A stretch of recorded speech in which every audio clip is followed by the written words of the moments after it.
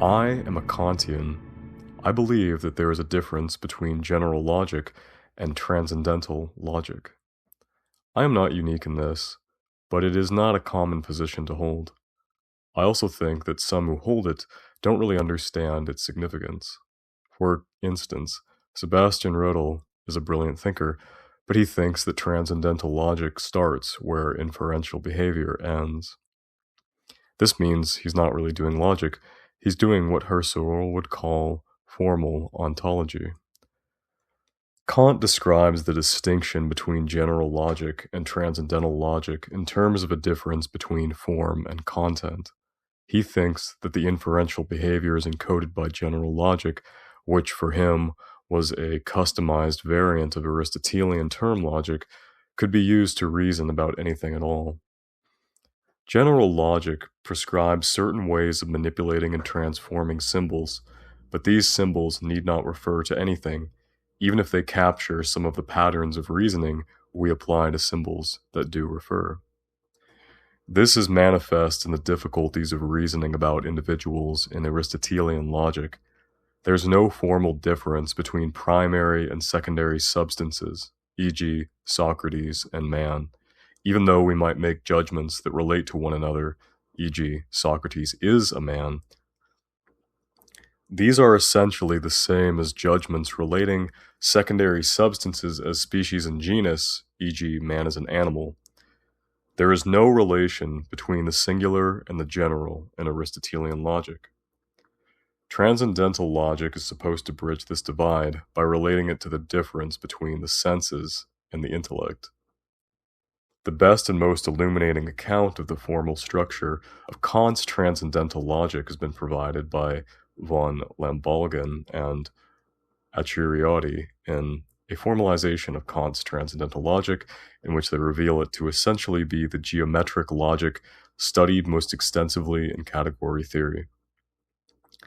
I could say a lot about Kant here, too much in fact. His transcendental psychology has too often been dismissed as fanciful introspection when it was to a large extent motivated by logical constraints. In my view, this amounted to working on the problem of AGI about 200 years before anyone else did, but this isn't the place to justify that claim. A complete account of computational Kantianism is going to have to wait for another time, but I will give you a thorough overview. To begin, we must explain Kant's guiding question. How is it possible for us to be responsible for our judgments about objects? How is it possible for them to be subject to assessments of truth and falsity? Given that ought implies can, what capacities must we have in order to be counted as so responsible? This is what Kant would call the problem of objective validity. His provisional answer is that there must be some way of securing the relation between judgments and the objects their truth is beholden to. This becomes a new question. How is it that singular objects are given to us in intuition such that they can be subsumed under general concepts? There are three more things to be said about Kant's relation to his Aristotelian inheritance. First, he inherits the scholastic distinction between the doctrine of concepts, the doctrine of judgments, and the doctrine of syllogisms, between general concepts, e.g., liquid, water, temperature, pressure, etc., the judgments they compose, e.g., the analytic judgment, water is a liquid, and the synthetic judgment, water boils at 100 degrees Celsius at 1 atmosphere of pressure, and the inferences between those judgments.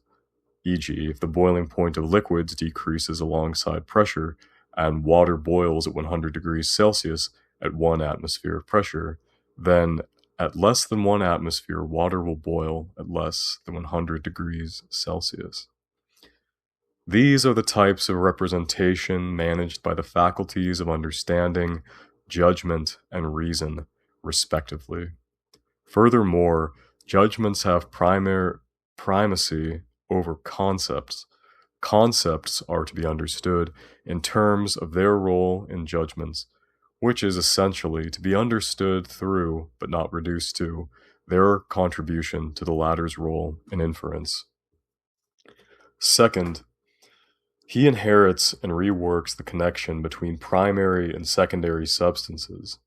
Every object is experienced as a type of object, e.g., this cat on my lap, this oncoming storm, this sample of liquid. The singular is constrained by the general.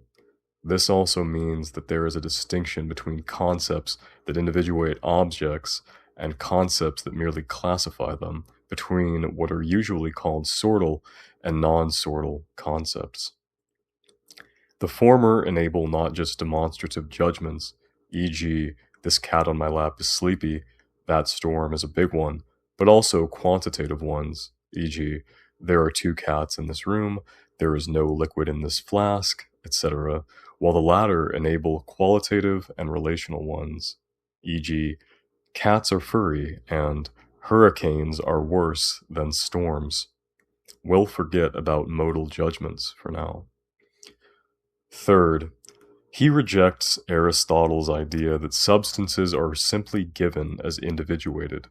It is a non-trivial problem to go from unstructured sensory data to classified objects, as anyone working in machine vision will tell you. Aristotle treats substances as primitive individuals. They form the substratum of the referential framework through which we can individuate everything else, i.e., qualities, quantities, relations, places, times, positions, states, causes, and effects. For Aristotelians, as well as Lockeans and Leibnizians, the world is already divided into neat chunks which we then stumble across. This is precisely what Kant denies. There is some work to be done in cutting it up, even if there might be some joints to carve at. This point is going to be important because it's crucial for understanding vagueness. 1.1. The schema of individuation. I can now explain what separates transcendental logic from general logic. Transcendental logic is logic as if individuation mattered. The relation to an object that makes a judgment objectively valid and thus contentful is to be understood in terms of how objects are synthesized. How do we go from more or less unstructured sensory data to typed particulars? Kant's answer is what he calls a schema. There are some who think that this is an arbitrary notion designed to simply bridge the gap between concept and intuition. They are wrong. There are 2 things you need to know about schema. First, they can mediate between concepts qua inferential rules and intuitions qua data because they are rules for processing data. You see a dynamic pattern first, a substance in motion second, an animal in transit third, a bounding dog fourth, and finally end up judging that there is a German shepherd running past you, and then inferring that it's gotten away from its owner. This is why time is privileged over space in Kant's transcendental psychology, because this processing takes place in time, even when it's not processing of spatio-temporally organized data. Second, this mediation is what enables the singular to constrain the general, and thereby what makes objective validity possible. Every object must be individuated as a as an instance of a type. Every object must be individuated as an instance of a type, insofar as it is synthesized using intuitive data following suitable series of schematic rules. However, it is only by manipulating such instances that we can extract new information relating to the type. Schemas are rules through which instances become representative. Here is a section from the introduction to the Critique of Pure Reason, whose full significance is generally not appreciated. Quote, mathematics and physics are the 2 theoretical cognitions of reason that are supposed to determine their object a priori, the former entirely purely, the latter at least in part purely, but also following the standards of sources of cognition other than reason. And I won't quote the following sections at length. but they go on to contrast the constructive method of mathematics, exemplified by Euclid's axiomatization of geometric constructions, as distinguished from Hilbert's formalization thereof, with the experimental method of the empirical sciences, including but not limited to physics. This is not a haphazard contrast on Kant's part. He is not merely describing the mathematical and empirical as two unrelated species that happen to fall within a wider genus. Kant thinks that there is a duality between the mathematical and the empirical, and that this duality structures the way in which empirical cognition involves mathematical cognition, and the familiar objects of everyday experience to the unfamiliar objects of experimental science. Schema are the key to this duality. To explain this, it's first necessary to dispel the temptation to describe the synthesis of objects as the construction of instances. All objects are synthesized, but only mathematical objects are constructed. This is because they are intuitively generated in accordance with certain rules, be it internally in imagination, e.g. the visualizing a plane figure whose edges are equidistant from its center at all points, or externally by means of an imaginative prosthesis, e.g. drawing a circle on paper with a compass. It is the fact that an instance is constructed in accordance with certain rules that enables us to prove things involving the types they belong to, e.g. the irrationality of pi.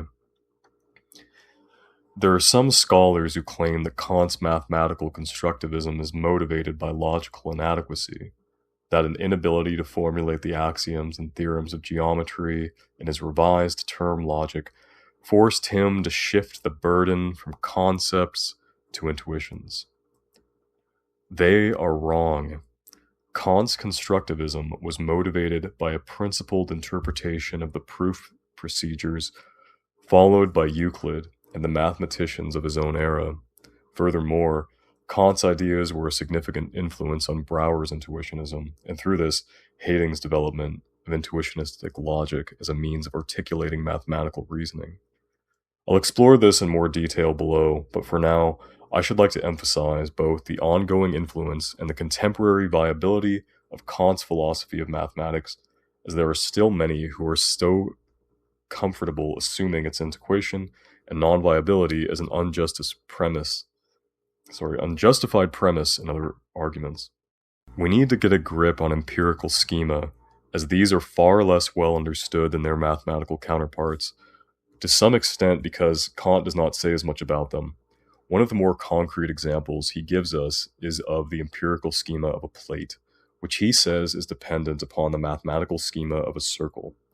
This is an example of the relationship between what Kant would call the productive and the reproductive nation, where our ability to process a geometric data structure enables us to organize our simulation of our environment and our concomitant sensor-motor behavior. For instance, we anticipate that as we move around the plate, its profile will deform, circle becoming ellipsis as we modulate our own sensory input. We can equally anticipate what might happen when the plate is struck in a certain way, breaking into fragments whose shapes can be raggedly aligned. This is a fairly simple example, but it might strike some readers as unusual. This is because I am describing Kant's account of perception as somehow bound up with action. The contemporary popularity of action-oriented accounts of perception and related accounts of embodied cognition tend to pass quite harsh judgments on their philosophical forebears, among which Kant is such a titanic figure that he invites much unjustified ire. Of course, the fact that Kant is one of the original exponents of indirect realism does not help his case in as far as many are concerned. Some people are just very attached to the idea that they're really touching the world, I suppose. This has perhaps lessened the predictive processing paradigm, which has gained popularity in cognitive science and philosophy of mind alike. I'm not going to be the only one to have noted that Kant's insistence that perception essentially involves not only imagination, but also anticipation, suggests an affinity between his ideas and the idea that perception is predictive simulation. Still, the suggestion that Kant was not simply concerned with detached observations about moderate-sized specimens of dry goods strikes some as unorthodox. Despite the fact that the analogies of experience presuppose active perceptual modulation, and that the refutation of idealism is at pains to situate us within the world as a substance whose variations are causally tied to the dynamics of their environment, there persists an image of Kant as simply a fancier version of Descartes, for whom minds are but lightly tethered to the world around them. If that doesn't convince you, then here is the killer point. Kant explicitly insists that the ideal of empirical knowledge is experimental science, and that this is no matter something passive, but a complex and ongoing process of observation and manipulation. Moreover, Kant draws no line between the logic of mere perceptual judgment and the logic of thoroughgoing experimental science. They are governed by the same rules, or rather, the same sorts of rules. Empirical schema are rules for observing and manipulating our environment in such a way that features of it become representative, such that we can extract and apply general rules for understanding and acting upon them.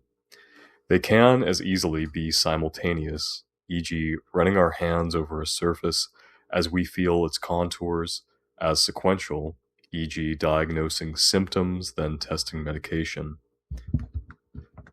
They can as much apply to the contents of my house as to experimental samples of gases, as much to the creak in my neck as to the cultured swabs of microorganisms, and as much to my love life as to explosive encounters in particle accelerators.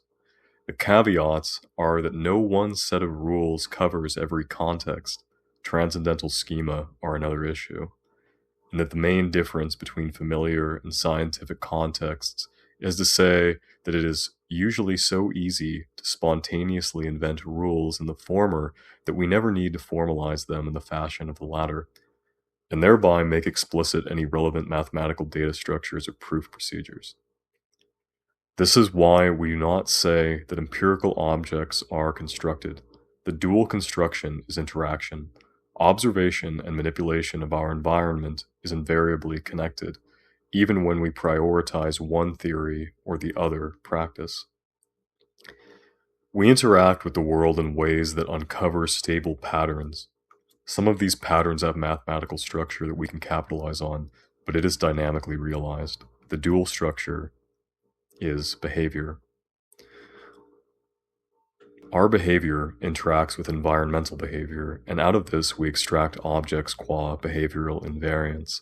Of course, just as we simulate the objects that are really there around us, updating them in accordance with sensory motor output and input, we can equally simulate objects that aren't. This isn't quite the same as construction, though. We're generating behavioral interaction. Can we extract useful information from such simulations? Sometimes, sure. Just because we're generating the interaction ourselves doesn't mean we can't get it to do anything interesting, but don't expect this to always work. Still, there are a lot of people trying to build climate simulations in elaborately outsourced computational imaginations, so there's got to be something to it. 1.2, From Logic to Psychology. Here's a further point about Kant's account of the faculties. If you're thinking that sense, imagination, understanding, judgment, and reason are distinct psychological modules that Kant claims are somehow bundled together in every human skull, then you've got the wrong end of the stick. Kant is trying to understand what it is to be a system exchanging information with one's environment in such a way that one becomes capable of thinking and saying things about it that could be possibly true or false, reasoning with and revising them, bundling them into theories, acting and reacting, desiring and demanding, and more or less living through them. In short, what it is to have a mind and be a person. He doesn't do a perfect job, but his picture is a distinctly logical one in which we can distinguish various functions that must be performed for such a system to work. It's not necessarily for these functions to be parceled out into isolated components any more than respiration, digestion, and excretion need to be. a subtle point in the philosophy of biology that Kant didn't get quite right. I've talked a decent amount about understanding, imagination, and even gestured vaguely at inner and outer sense, and thus space and time qua forms of intuition. What I haven't really done yet is to explain the functions of judgment and reason. I've described their characteristic forms of information, judgments, and inferences, but I haven't really said anything about what they do with them. Here's a very important point. For all that Kant is obsessed with rules, he doesn't think that these rules are always exceptionless, deterministic, or unrevisable. If nothing else, he thinks that we creatively synthesize objects on the fly, testing out existing rules and inventing new ones as we go. You see that dynamic pattern and try out a bunch of rules until you've got a reasonable range of expectations, regardless of whether you've seen a German Shepherd or even a dog for that matter. Syncing this up with the existing rules managed by the understanding, e.g., is it an animal, is it a mammal, etc., is the process of creating a new concept that can then enable inference. This creative process of finding rules is what Kant calls the technical exercise of judgment. It is technical in the sense that it's all about technique, rather than blind obedience to an algorithm. It is judgment in the sense that judgments are about combination, i.e., binding terms together with a copula, and this is, in the last instance, a matter of choice or good judgment, i.e., is it a mammal? Yes, why not? This animal is a mammal. For Kant, the question is whether judgment is finding a rule or following one, whether it is a technical one or a schematic one. See on computational asymmetry. Every act of judgment involves a little bit of both, but if the former dominates, it produces a technical judgment, e.g., the purpose of a heart is to beat, that sunset is sublime, etc. And if the latter dominates it, it produces a determinate judgment, e.g., that heart has stopped beating, that sunset is caused by airborne particles that are scattering shorter wavelengths of light, etc. What happens in the aesthetic judgment of beauty is something like a limit case of the whole process, where the technical exploration of the space of possible rules runs away with itself, trying different ways of synthesizing sensory data without settling on any, such that we can all say, that's beautiful. What about reason? Reason is not just about performing inferences in accordance with inferential rules encoded in the concepts of the understanding, but also about finding, articulating, and revising those rules. Reason extends beyond deductive syllogism into the wider realm of abductive exploration. On this basis, it is also responsible for the wider economy of knowledge and desire. It is responsible not just for pushing us to expand our stock of judgments about the world, e.g., by asking, why do airborne particles only scatter the shorter wavelengths of light, or inferring, that heart stopped beating because of a myocardial rupture, aiming towards a complete picture, but also for forcing us to revise our judgments and the concepts that compose them, e.g., electrons behave like particles, electrons behave like waves, and then electrons aren't point masses, they're probability distributions. Aiming towards a consistent picture. I don't quite buy into Kant's account of the transcendental ideas, i.e., the world, the soul, and God, but I think the notion that there are something like inferential patterns that can be articulated independently of the specific concepts deployed in them is a good one. If nothing else, how would we get from the logical structure implicit in our judgments to the logical vocabulary we use to make it explicit? Furthermore, the claim that this is a matter of economy is entirely literal. The principles governing our cognitive activities must not only aim for completeness and consistency, they must also be computationally tractable. We constantly need to find better ways to arrange and compress the whole armamentarium of concepts, judgments, and inferences that we're somehow keeping track of. This is one way of looking at Fichte's claim that practical reason has priority over theoretical reason in the last instance. It's not just that reasoning is something we do. It's that even if we make choices about nothing else, we still need to make choices about how to deploy our cognitive resources. There is no getting around this fundamental computational fact unless you restrict yourself to following rules laid out in advance. If there's one thing we might articulate better than Kant did, it's that the disparate theories and associated inferential procedures that we try and piece together into an account of the world as a whole don't always fit together neatly. We're always trying to integrate them, but this is not as simple as having a consistent set of premises from which to reason. It doesn't necessarily matter that our manifest image of the world, those moderate-sized dry goods, doesn't perfectly line up with our scientific one, those pesky particles. But it does matter that general relativity and quantum mechanics don't fit together. Finally, it's necessary to say something about the elephant in the room, the distinction between phenomena and noumena.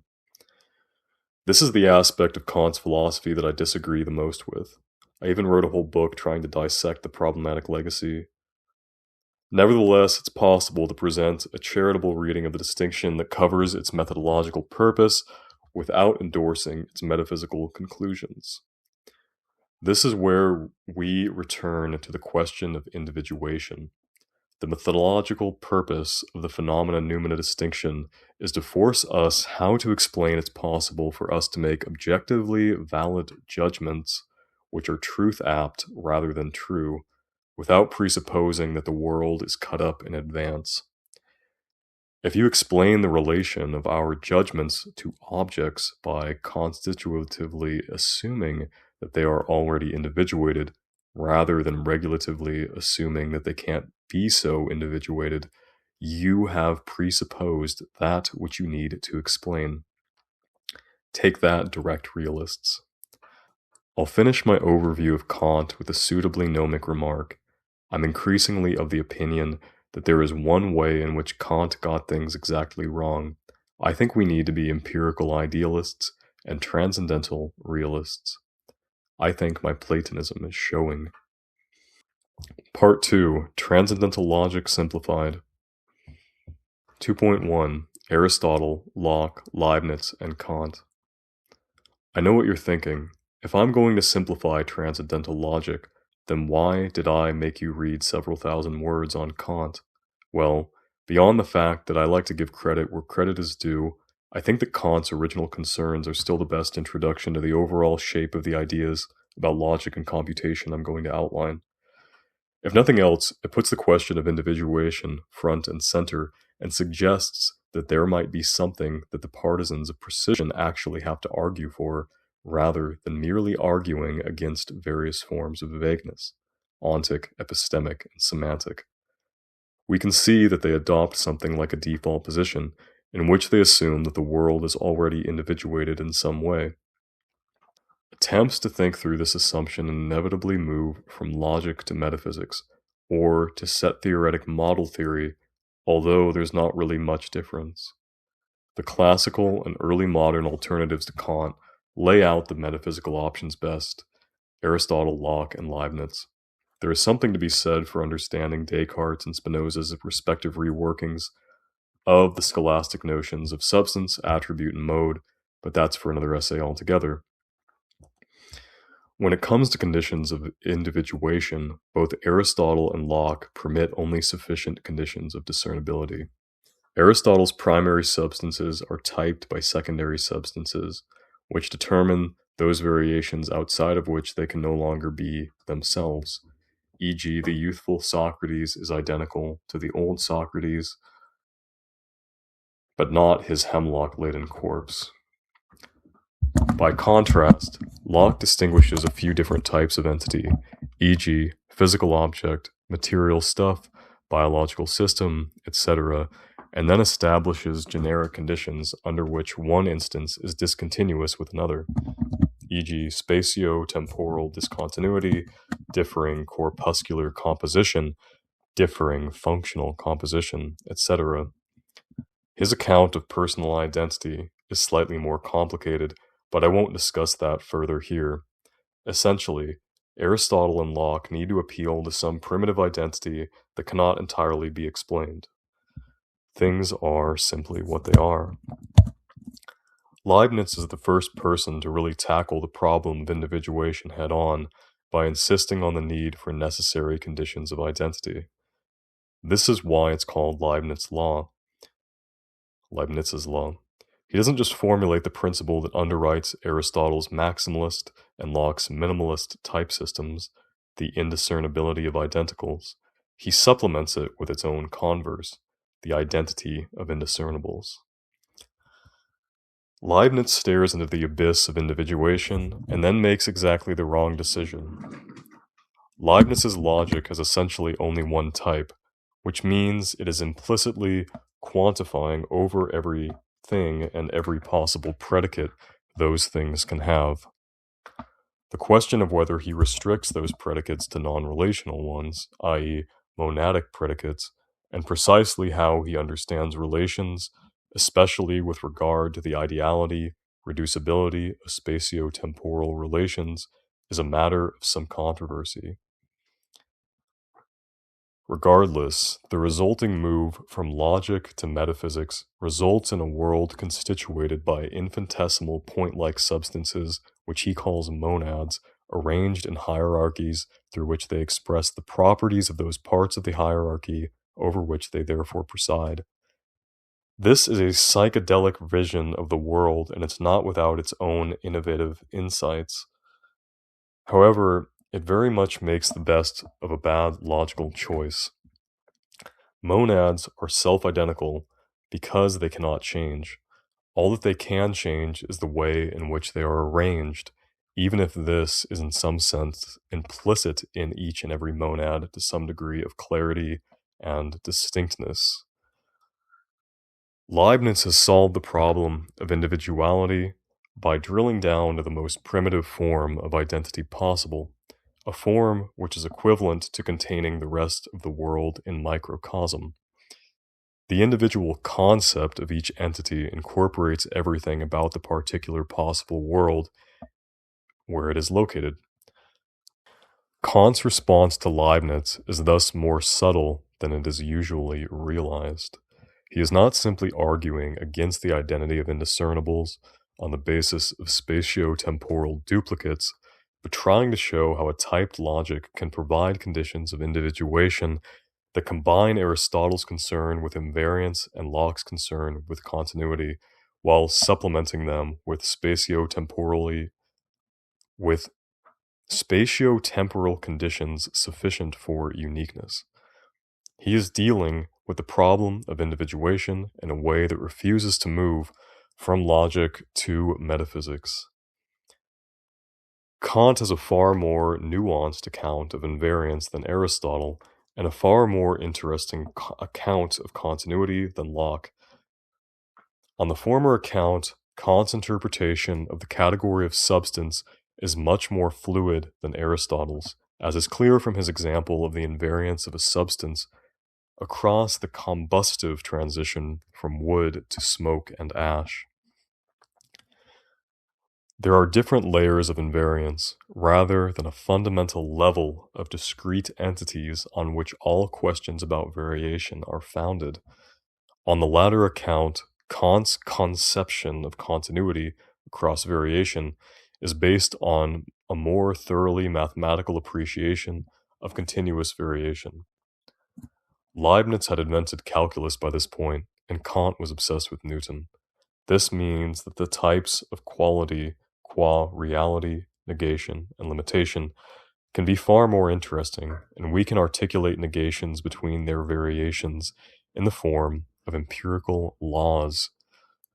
Furthermore, all of this is articulated not as a pre-given types system, but as a basic set of principles for building one through observational and experimental interaction with the world.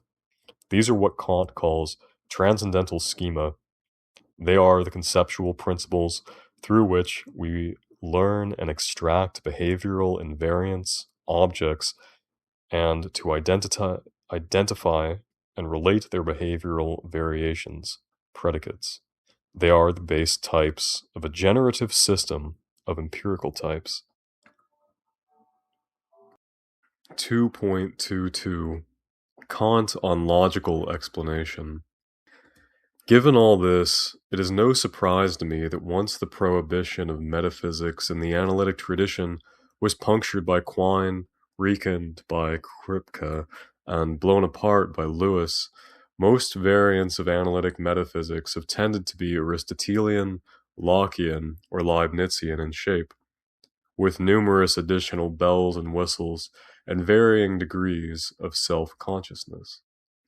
What do you expect from a tradition which has entirely rejected the logical resources that Kant deployed to resolve these issues? Bad logic must be supplemented with bad metaphysics. Good metaphysics demands good logic. Don't worry, I'll try to justify these sweeping judgments shortly. For now, I want to address an issue that may be obvious given what I've already discussed, but it is certainly not obvious in Kant's own work. Given what I said above about the duality between mathematical construction and empirical interaction, it would seem that mathematical objects and empirical objects should be individuated in different ways. If this is so, why is there only one transcendental logic? This is an absolutely crucial question. One of the defects of Kant's account of mathematical construction is that he limits it to a construction in intuition. One of the most noted effects of this is a difficulty in dealing with non-Euclidean geometries. The more significant flaw is that it enables him to interpret mathematics as the purely formal study of any possible object of experience, which makes perfect sense given his view of the dependence of the empirical upon mathematical schema. There is even a certain logical dimension to this, insofar as mathematical discoveries can always have empirical consequences, whereas the effect of empirical discoveries on mathematics, e.g. the relation between developments in physics and analysis, is more complex and contentious. Nevertheless, there must be some sense in which we're using constructed instances to represent specific mathematical objects, or conditions for determining whether two such instances represent the same object. This means that we need to be able to talk about identity and individuation in mathematics and see how these are articulated by mathematical types. I'll examine this duality between mathematical and empirical types below and hopefully recover Kant's own transcendental logic as expressing something like the point where the two meet. For now, I want to focus on the fundamental concepts that these different logics of individuation share and how these concepts are elided or collapsed by the logical paradigms that have come to dominate analytic philosophy of logic, language, mind, and metaphysics since the advent of Frege's Begriffsschrift. That is not to say that Frege was oblivious to concerns about individuation. He was certainly interested in criteria of identity, especially in the case of mathematical objects, and his account of informative identities in terms of sense and reference is not only influential, but remains a hyper-intentional thorn and an extensional paw. However, these concerns took a back seat to his formation of first-order classical logic and his associated interpretation of concepts as functions from objects to truth values. These days, we customarily think that there are three logical layers: propositions, concepts, and objects. Propositions are things that can be true or false. Objects are things of which propositions can be true or false. The tendency is to think of propositions and objects as logical primitives, and then to explain concepts in terms of them. On the other hand, modifying Frege's extensionalism, we tend to think of them either directly as functions from objects to truth values, or indirectly as functions from objects to propositions, e.g., sets of possible worlds.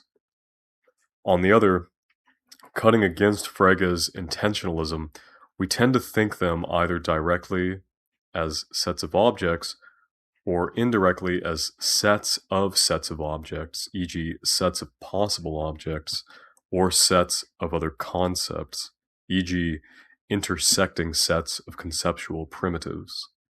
There have been some attempts to give independent substance to the concept of concept, either through the metaphysics of properties or the epistemology of conceptual capacities. Both tend to collapse back into extensionalism of one sort or the other. In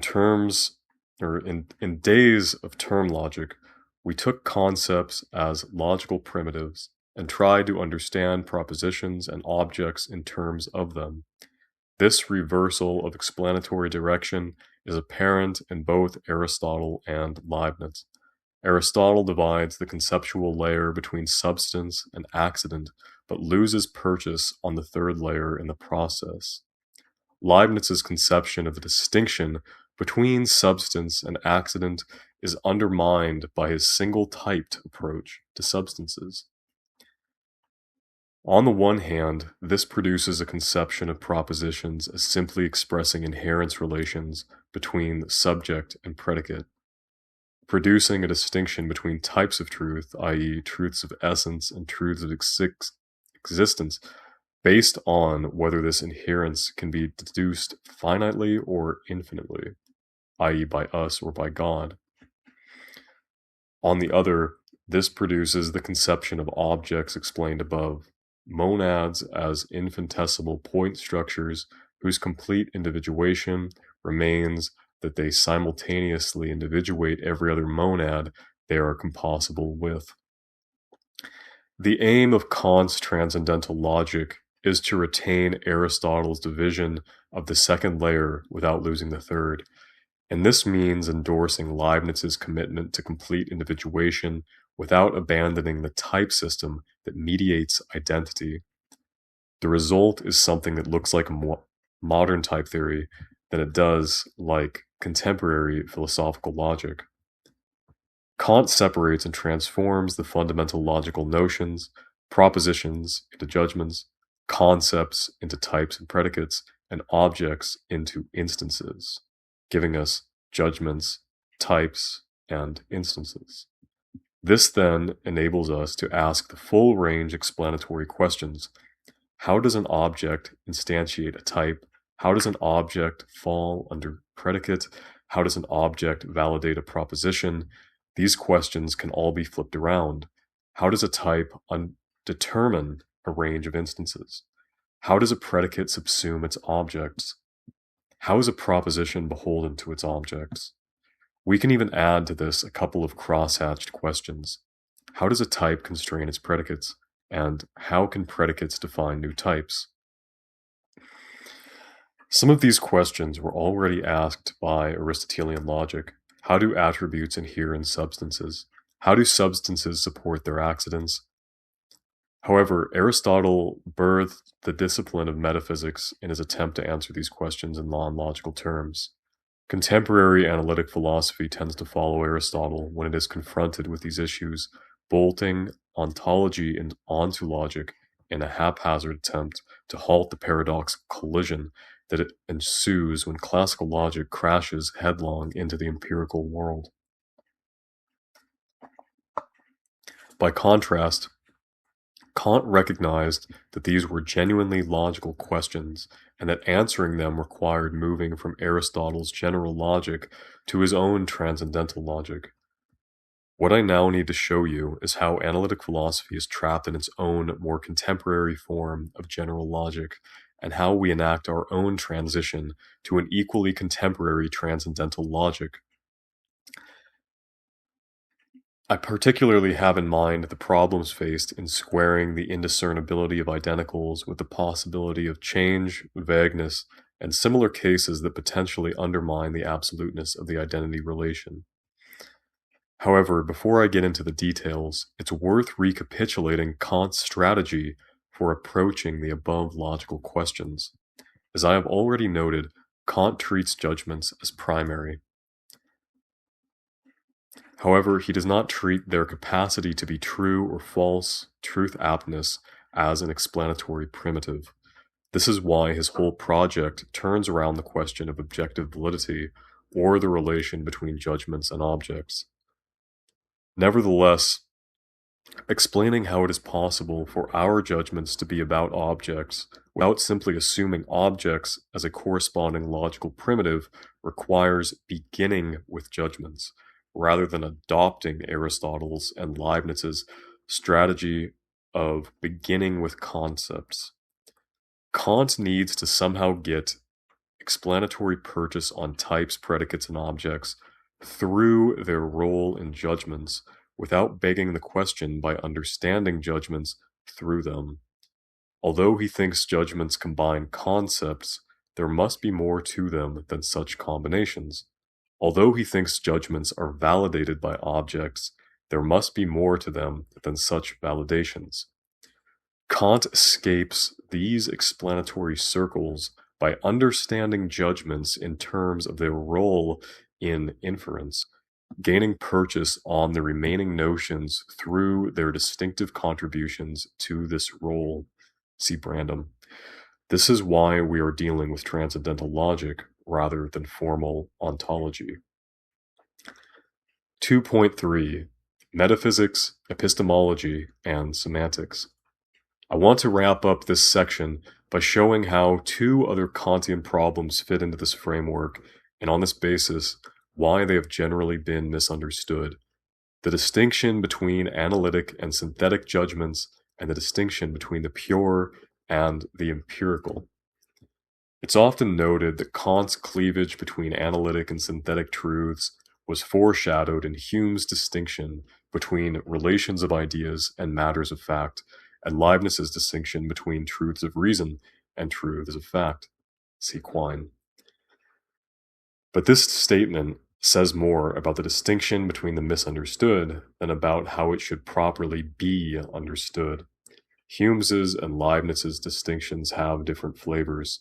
Hume is more concerned with explaining the epistemic difference between the a priori and the a posteriori, whereas Leibniz is more concerned with explaining the modal difference between the necessary and the contingent.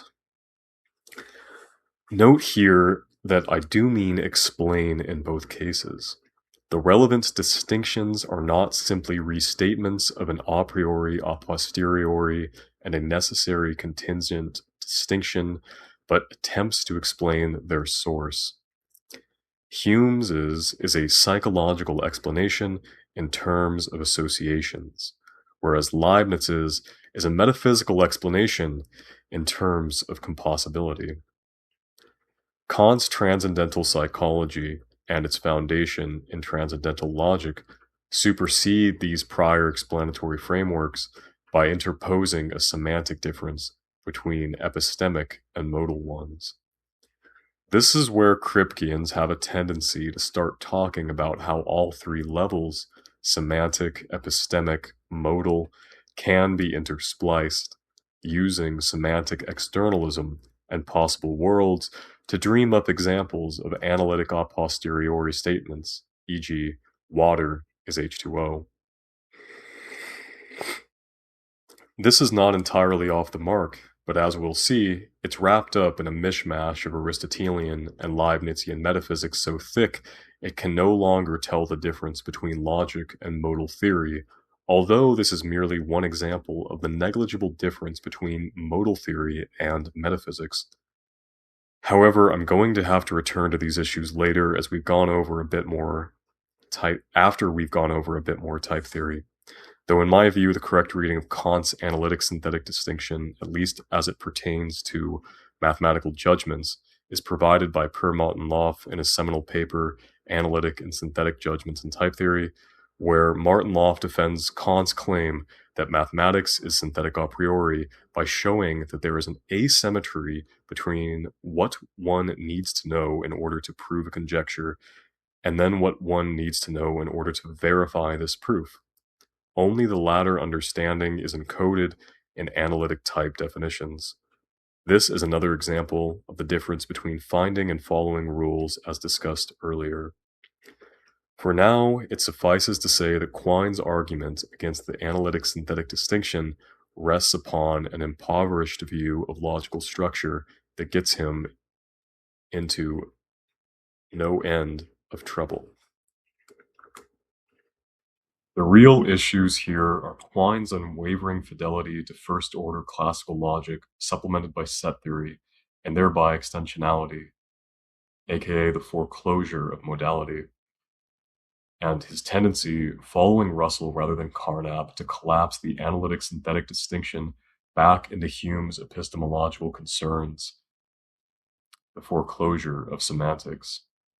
The contrasting approaches to the semantics of identity taken by neo-Aristotelians and neo-Leibnizians, e.g. Wiggins, Lewis, and both Kripke, and the neo-Fregeans, e.g.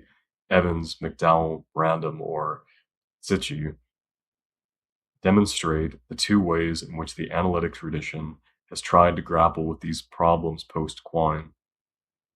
On the one hand, one rejects Quine's foreclosure of modality either by reconstructing intensions out of modal extensions, semantic internalism, or by insisting on the metaphysical primacy of the identity relation in a manner that bends everything else to its will, which is called semantic externalism or applied ontology. On the other hand, one rejects Quine's foreclosure of semantics by refusing to collapse the distinction between sense and reference into that between intention and extension, and then copes with the hyper-intentional consequences as best one can by mediating internalism and externalism.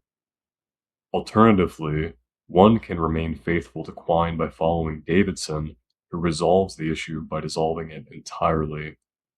Semantic externalism becomes indistinguishable from semantic nihilism if you let the world take care of the details for you. Davidson's pragmatism is often admirable, and he has subtle post-Quinean thoughts on rationality, interpretation, and action, but Davidson's semantics is a philosophical abomination. Leaving these issues to one side, then, we can turn to the distinction between the pure and the empirical. This loosely aligns with the distinction between the a priori and the a posteriori, but it has a few curious features that can make it hard to interpret. Firstly, although it includes judgments, it is not limited to them. There are also pure empirical intuitions, called sense, pure empirical schema, called imagination, pure empirical concepts, called understanding, and pure empirical ideas and principles, called reason. Secondly, although the pure is always understood in terms of form, the empirical is understood in opposition to this sometimes as matter, meaning intuitions, and sometimes as content, meaning concepts.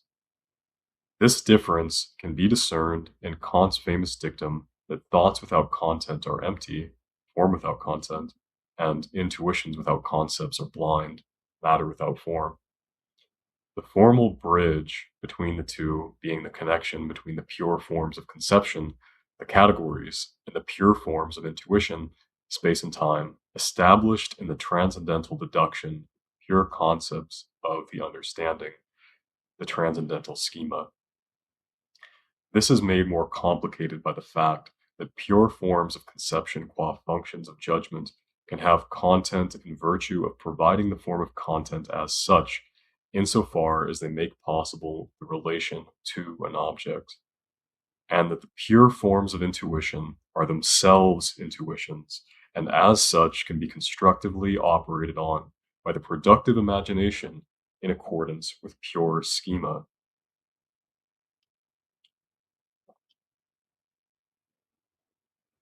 However, the most important thing to understand is that the pure includes both the transcendental and the mathematical. This causes no end of confusions, and these should be nipped in the bud if we are going to explore the mathematical empirical duality from the perspective of transcendental logic. The main confusion arises from the fact that the a priori is often interpreted in two different ways, as that which can potentially be discovered independently of experiential knowledge, and as that which is already known independently of experiential knowledge. Kant adopts the former interpretation. The latter interpretation then divides into the inanist theories of Plato and Descartes. Inatist? The later interpretation then divides into the innatist theories of Plato and Descartes and their nativist descendants such as Chomsky and Fodor. Kant's account of the transcendental conditions of experience is often confused with both of these positions. Kant's position differs from innatism insofar as he has no need to treat transcendental structures as something given to a mind that could in principle be separated from them, e.g. by God or a sojourn thing among the forms.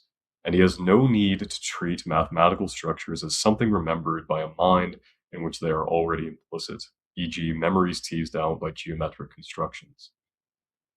It differs from nativism in that he has no need to tell any just so stories about the evolution of minds, or to leap upon such stories in order to justify his peculiar conception of their structure.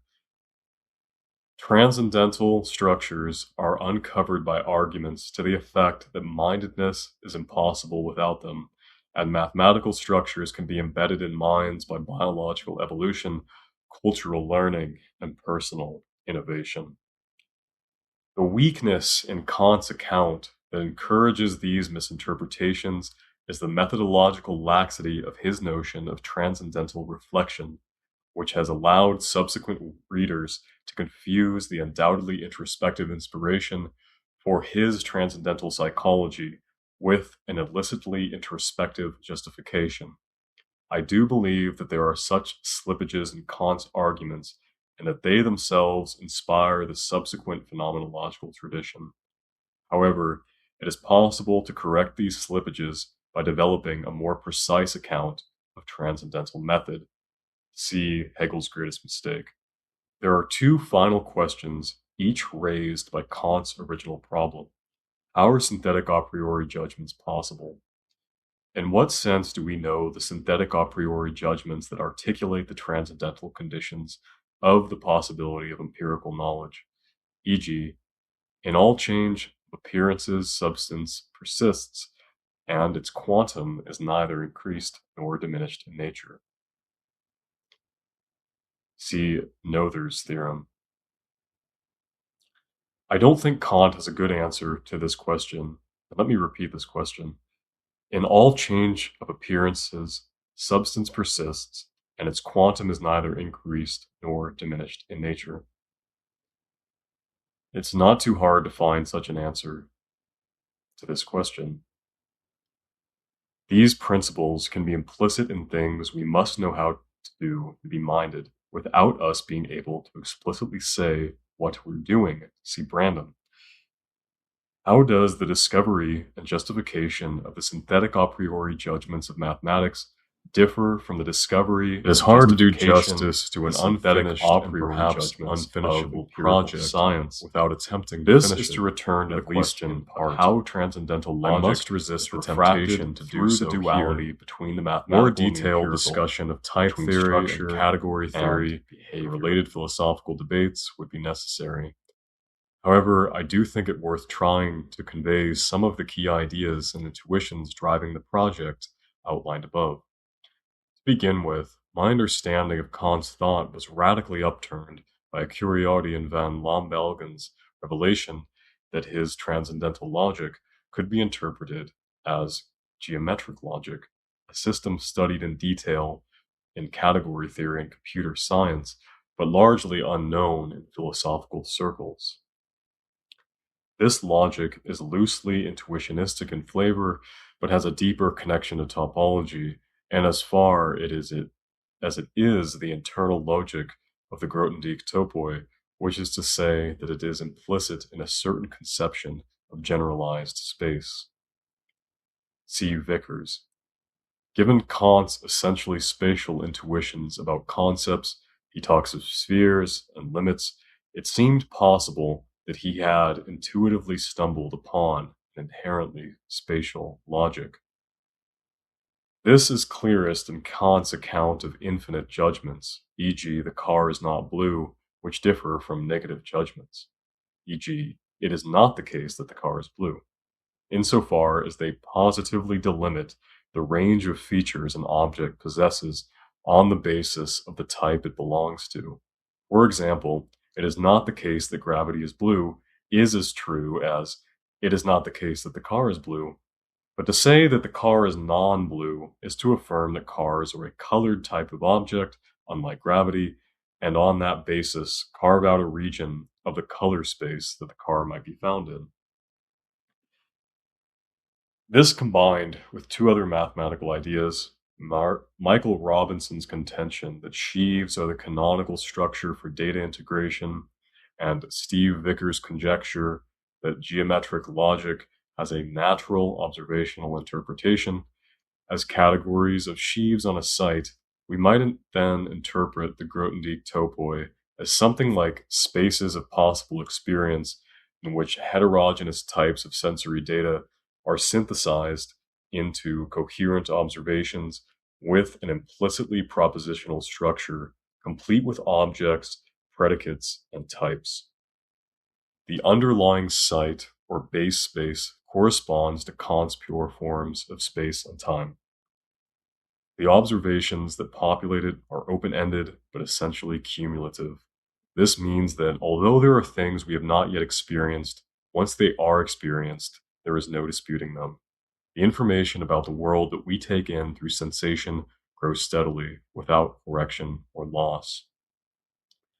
The monotonic increase of information is also what allows geometric logic to fit the domain-theoretic semantics of the full form of computations possible in untyped lambda calculus.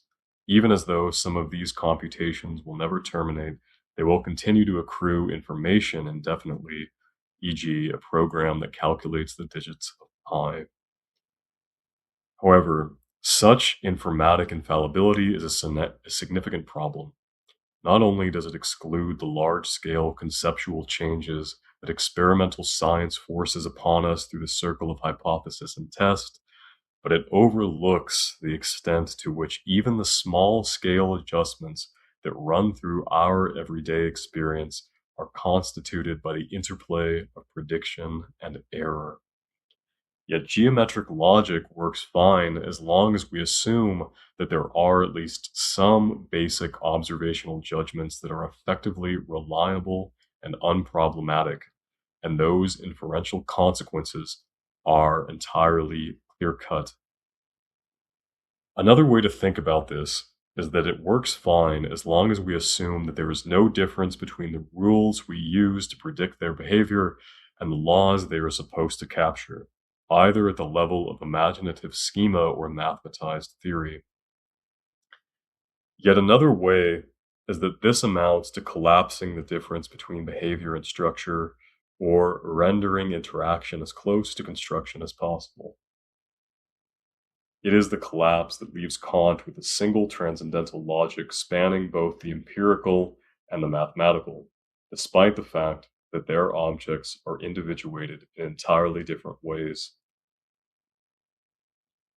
How then do we pull this apart into two distinctive logics? The good news is that the project of mathematical transcendental logic is already well underway in the form of homotopy type theory, HOT, and its offshoots. The putative aim of this project is to provide a new foundation for mathematics by creating a framework in which all proofs are computationally verifiable, exploiting the Curry-Howard correspondence between proofs and programs and its extension into categories by Lambeck. what Robert Harper has dubbed computational Trinitarianism. It is built upon the intuitionistic type theory developed by Per Martin Moth, which suspends the identity of indiscernibles, LL1, by locally restricting identities to objects of the same type. For example, the definition of the type of integers provides the conditions under which any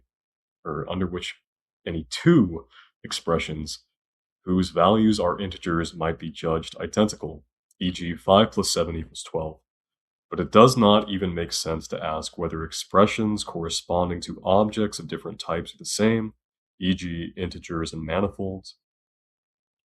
Hott then globally re-implements LL1 in a new form, the univalence axiom. By treating types as spaces, infinity groupoids, identities can be seen as paths, which themselves can be identified by means of further paths, and so on ad infinitum. On this basis, it becomes possible to talk about identity between types in terms of equivalence, and thereby treat unrestricted identity as equivalent to equivalence. What this promises is not just that proofs will be directly checkable qua programs, but that we can prove that different computational frameworks represent the same mathematical objects. This amounts to something like a natural theory of mathematical intentionality. Another way of looking at Hott is as uniting two different roles that logic has traditionally played in computer science: knowledge representation and computational structure.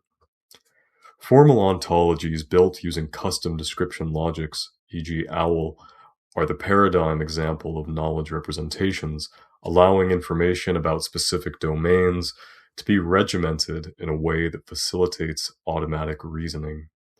Curry-Howard correspondences are the paradigmatic use of logic to express computational structure, beginning with intuitionistic logic and typed lambda calculus and extending into other logics and calculi, e.g., in ways that slowly capture additional features of computation, such as state, concurrency, and control. See Wadler. Where it's important to make a distinction between logics that intrinsically correspond to computational structures in this manner, and between those that have been extrinsically constructed in order to reason about computations, e.g. Hoare logic, dynamic logic, etc. The latter are, in a certain sense, knowledge representations system for representing computation. Hott is in the unique position of doing both, providing an integrated type system that organizes the range of mathematical objects about which we might form conjectures and construct proofs, while circumscribing the computational behavior of those processes which operate upon them. To describe this in more Husserlian terms, it manages to articulate both the noematic and noetic dimensions of mathematical thought. How would we go about dualizing this to the empirical case?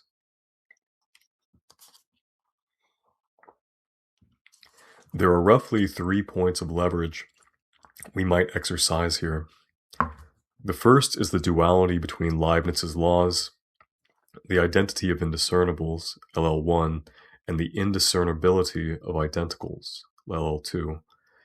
It might make sense to suspend and re-implement LL2 in a manner similar to what type theory and the univalence axiom do with LL1. This is compelling for at least 3 reasons. 1. Unlike mathematical objects, empirical objects change in ways that seemingly violate LL2. And 2. Unlike mathematical objects, empirical objects involve vagueness in ways that seemingly violate LL2, again, the indiscernibility of identicals. And 3, the dialogue structure of both synchronic communication and diachronic revision requires that we can stipulate we are referring to the same objects even as our conceptual schemes differ or change, permitting identity relations that fall outside of fixed types, e.g. electrons as corpuscles and as probability distributions, but also forcing us to be selective about which predicates these identities let us transport from one presentation of the object to the other. This is the core of Brandam's account of double book scorekeeping and the de re dicto vocabulary that makes it explicit. However, this is the leap directly to the level of predicate calculus, and there are pressing questions to be answered at the propositional level. This leads us to our second point of leverage, the duality between proof and refutation. If intuitionistic logic is the logic of proofs as evidenced in the BHK interpretation and the Curry-Howard correspondence, then one might conjecture that the dual co-intuitionistic logic is the logic of refutation, and so might provide a suitable propositional foundation. If the algebraic semantics of intuitionistic logic is given by the hating algebra, then that of co-intuitionistic logic is given by co-hating or Browerian algebra. The main merit of this proposal is that co-intuitionistic logic is naturally paraconsistent. It invalidates the law of non-contradiction in a manner precisely dual to the law of excluded middle in intuitionistic logic. This means that it supports non-trivial contradictions with specific meanings or consequences. In more informal terms, we might characterize this as the difference between questions for which you cannot guarantee there is an answer and questions for which you can receive answers that tell you to ask better questions.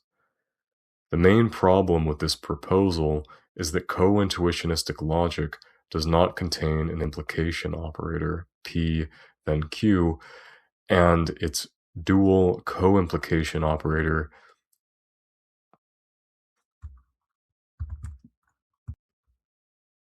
P excludes Q, does not have an obvious discursive interpretation, though it is sometimes read as P excludes Q. Thus far, every attempt to simply dualize the syntax of intuitionistic logic has failed to provide anything that might be truly useful in the perspective of knowledge representation, either providing a sterile interpretation of refutations as constructed objects, too much like proofs, or offering a superficial inversion of topos-theoretic semantics in which symbols are read backwards but structures are not dualized. However, things are far more promising in the case of computational structure, insofar as the co-implications present in co-intuitionistic and B-intuitionistic logic and implicit in classical logic have been used to provide interpretations of control operators and even the pi calculus used to describe concurrent computation. See T. Crawlard and Bellin and Menti. This affinity for concurrency and control suggests that we should try to interpret this logic dynamically rather than statically. This leads us to our third and final point of leverage, the duality between structure and behavior. In mathematics, this is neatly captured by the duality between algebra and coalgebra, where the latter are naturally used to represent dynamic systems of various sorts.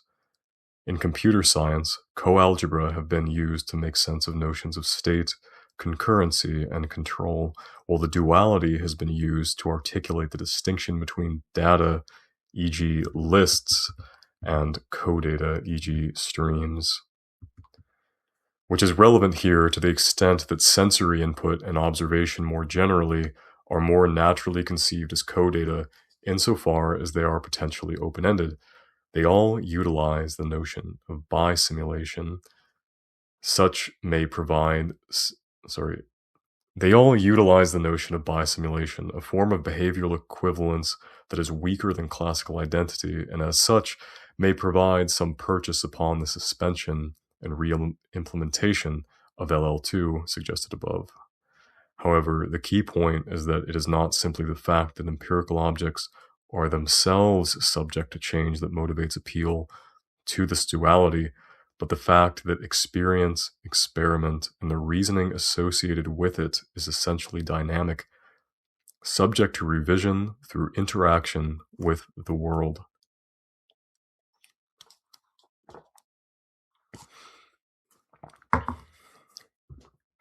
Whatever are analogous to types in the empirical domain not only have to bundle streams of interaction with simulated objects qua instances, but also change themselves in response to these interactions.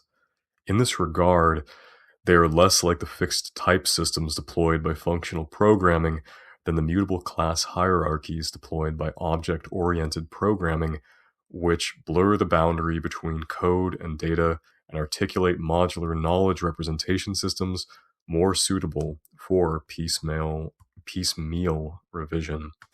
C. R. Kowalski and B. Jacobs. However, this is invariably extrinsic revision, in which the programmer changes the classes and the code they contain, whereas what we wish to discover is the logic of intrinsic revision, wherein these changes are engendered by the interactive process of execution itself. This sort of productive circularity is incredibly hard to reason about correctly. See Douglas Hofstadter and J. Barwise and L. Moss. One way to put together some of these threads is through the concept of exception handling. This is a type of control structure in which a computation identifies an error or exception and performs an appropriate response, handling. This can be as simple as halting the computation entirely when anything goes wrong, but it can encompass a wide range of potential errors and nested strategies for continuing the computation while managing them. This is, in some sense, isomorphic to the logic of contradiction. Having a single trivial contradiction from which everything follows is effectively having only one exception, which halts by default, while a logic which permits non-trivial contradictions supports distinct exceptions with distinct responses. However, much as with extrinsic revision, these responses are invariably hard-coded by programmers, sometimes to ensure that the program continues to behave within acceptable parameters in unusual situations, and other times to provide feedback that helps them revise the code to avoid terminal errors. Ideally, we want exceptions to be intrinsically meaningful and so determine or at least delimit the range of appropriate responses. Transposing this back into a logical key, this would be to supply a semantics for both non-monotonic inference, as in Brandom, reasoning in unusual situations, and conceptual revision, revising the rules for reasoning in unusual situations, allowing the knowledge representation itself to determine how it is applied and or modified when faced with uncertainties. There are roughly 2 lines of inquiry I have been pursuing in this regard. Working from the predicate level down, I am exploring the possibility of a genuine dual of the hating topoi used to give semantics for intuitionistic type theories, co-Cartesian, co-closed categories equipped with a quotient classier dual to the sub-object classifier. This work is most detailed on both the motivations for and difficulties involved in pursuing this strategy in William James's Closed Set Logic in Categories, a thesis submitted to the philosophy department at the University of Adelaide in '96. The nascent idea here is that we can treat the quotient classifier as supplying an internal coalgebra in a manner exactly dual to the way that the sub-object classifier supplies an internal algebra. This point is almost noticed by James, who notes that the operator arrows are the wrong way around, key thus q plus q rather than omega by omega thus omega, and so chooses to read them backwards. Instead of a lattice of sub-objects determined by predicates, we would then have a lattice of quotient objects determined by behavioral invariance, which is to say a lattice of bi-simulation partitions of some underlying set of behaviors. Perhaps counterintuitively, both such lattices are hating algebras. However, my intuition is that rather than simply reading the coalgebra morphisms in reverse to give us a co-intuitionistic logic, we might somehow invert the quotient lattice into a co-hating algebra to provide us with a co-intuitionistic predicate calculus used to model something like the inheritance tree of object-oriented class hierarchies. The connection between multiple inheritance and non-monotonic inference is by now well documented, and my hope is that there might be useful, non-trivial contradictions produced by overlapping inheritance. Working from the propositional level up, I am exploring the idea that anything like a co-intuitionistic dual of the Curry-Howard correspondence would be concerned with computation not from the perspective of languages, e.g. lambda calculus, but from the perspective of machines, e.g. Turing machines. The nascent idea here is that we can begin by building the equivalent of the BHK interpretation upon which Curry-Howard was built, wherein implications are interpreted as functions from proofs of one proposition to proofs of another. But where this interprets implication statically, we should interpret co-implication dynamically as something like a channel connecting propositions conceived as signals. This means that a collection of sequence forms a state transition system. Channels are conceived as either open, O, or interfering, 1, either adding or subtracting the value, O divided by 1, of one proposition from another. Moreover, the fact that co-intuitionistic negation is not a primitive means that it can be interpreted as a channel from the constant signal T to a proposition P, while the infinite hierarchy of negations, not P, not P, not P, on and on, modulates this channel in a manner that equips each proposition with a stream, e.g. 01, 00101, that advances with each time step. The simple model should be able to build basic binary stream processors, though there are certain technical difficulties involved. The main technical difficulty concerns the logical closure of the theories and co-theories used to build the transition systems. If one accepts weakening, then channels appear everywhere and eradicate all useful structure instantly. Though there are logics which disallow weakening, e.g. relevance logics, I would prefer a more principled reason for its removal here. My hope is that this model could be extended to include other kinds of signal, perhaps including more complexly typed streams or continuous signals, and that it might even be extended to deal with asynchronous communication. Both lines of inquiry are still underdeveloped as they stray into mathematical waters somewhat outside of my depth. They are also quite far from reconnecting beyond the basic observation that they are both concerned with coalgebra, at least insofar as state transition systems can be interpreted as coalgebra. They are even further from invalidating the initial intuition regarding the relation between the duality of the mathematical and the empirical and the duality of the Leibniz laws, beyond the loose suggestion that coalgebra involves bisimulation, and this may provide a basis for the weakened identities a modified LL2 requires. Nevertheless, I remain convinced that the challenge posed by Kant's notion of transcendental logic requires that we philosophers wade into this deep mathematical sea. Our goal should be nothing less than a computational account of intentionality as such, or the structure of those cognitive processes that secure the objective validity of our judgments, which is to say the possibility that they might be true. It should not surprise us that structural differences in our modes of cognition go hand in hand with logical differences in the relevant mode of truth, or relevant type of truth. But it may still surprise us just how much the latter might tell us about the former. That is to say, that transcendental logic may give us a new purchase on transcendental psychology and thereby on the problem of building better minds.